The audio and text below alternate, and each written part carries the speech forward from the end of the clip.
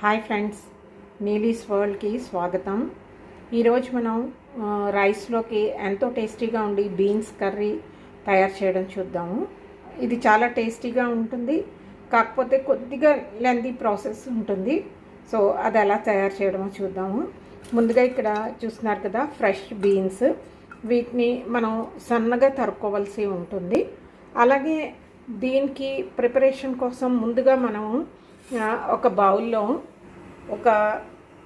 ఈ కప్ చూస్తున్నారు కదా, దీంతో 1 కప్పు కందిపప్పు, అలాగే 1 కప్పు శనగపప్పు, ఒక 4 ఎండుమిర్చి, ఇవన్నీ వేసి మనం కొద్దిగా వాటర్ వేసి నానబెట్టుకోవాలి.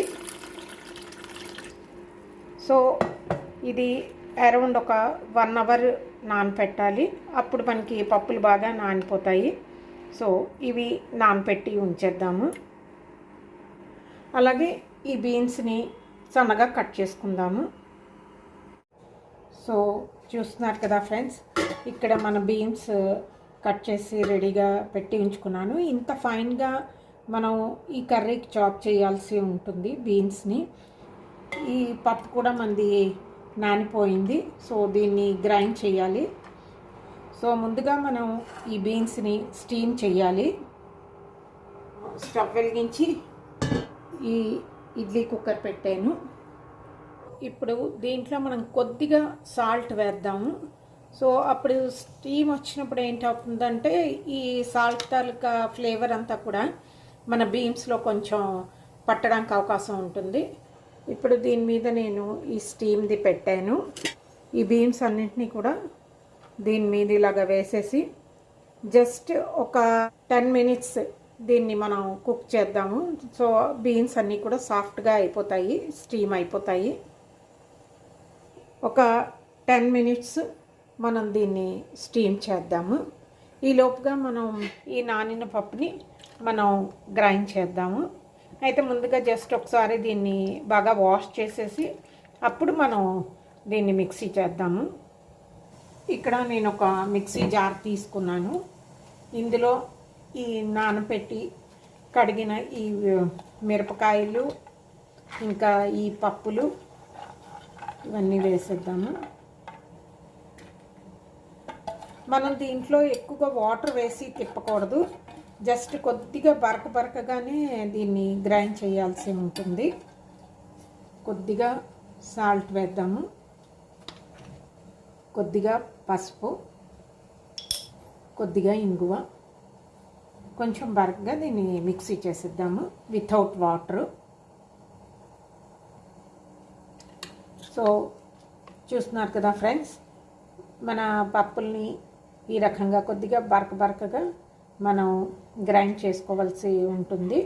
సో ఇది చేసేసాం కదా, దీన్ని కూడా మనం ఏంటంటే స్టీమ్ చేయాల్సి ఉంటుంది ఒక 10 మినిట్స్. సో మన బీన్స్ స్టీమ్ అయిన తర్వాత దీన్ని కూడా స్టీమ్కి పెట్టేద్దాము. బీన్స్ కుక్ అయిపోయాయి. ఇప్పుడు వీటిని పక్క నుంచి ఒక ప్లేట్కి కొద్దిగా ఆయిల్ అప్లై చేయాలి.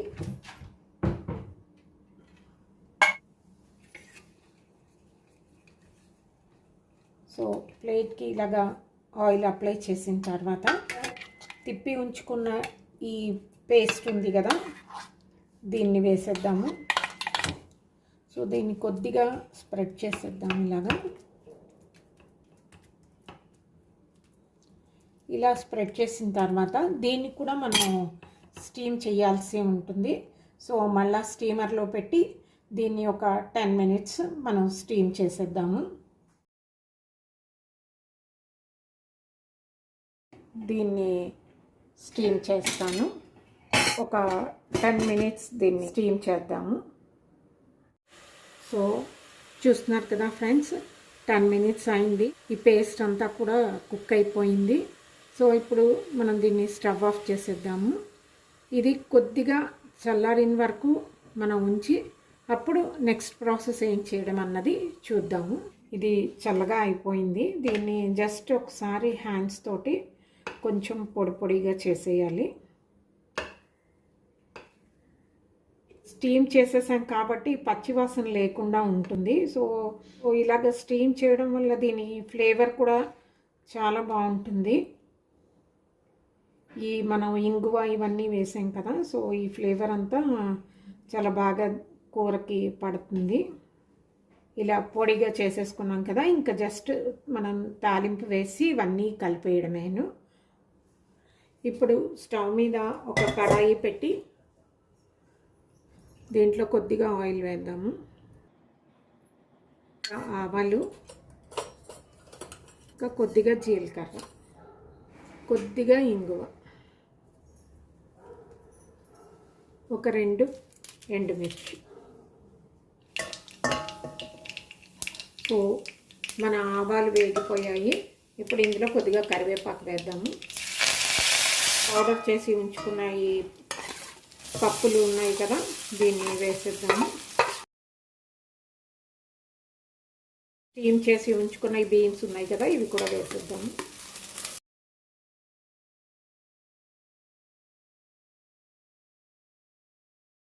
ఈ స్టేజ్లో ఒకసారి సాల్ట్ చెక్ చేసుకోండి. ఒకవేళ సరిపోకపోతే కొద్దిగా వేసుకుంటే సరిపోతుంది. సో ఒకసారి సాల్ట్ చెక్ చేద్దాము. సాల్ట్ అయితే నాకు సరిపోయింది, పర్ఫెక్ట్గా ఉంది. ఇంకా సాల్ట్ వేయాల్సిన అవసరం లేదు. ఇవి బాగా కలిపేసి జస్ట్ ఒక్క 1 మినిట్ దీన్ని మూత పెట్టి ఉంచుదాము. ఒక 1 or 2 మినిట్స్ ఇలా మూత పెట్టడం వల్ల మనకి ఆ ఫ్లేవర్ అంతా కూడా బీన్స్కి పడుతుంది. సో ఆ తర్వాత మనం స్టవ్ ఆఫ్ చేసేయచ్చు.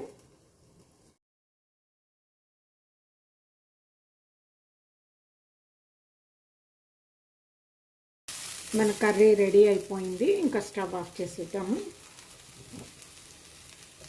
డిష్ అవుట్ చేసేద్దాము.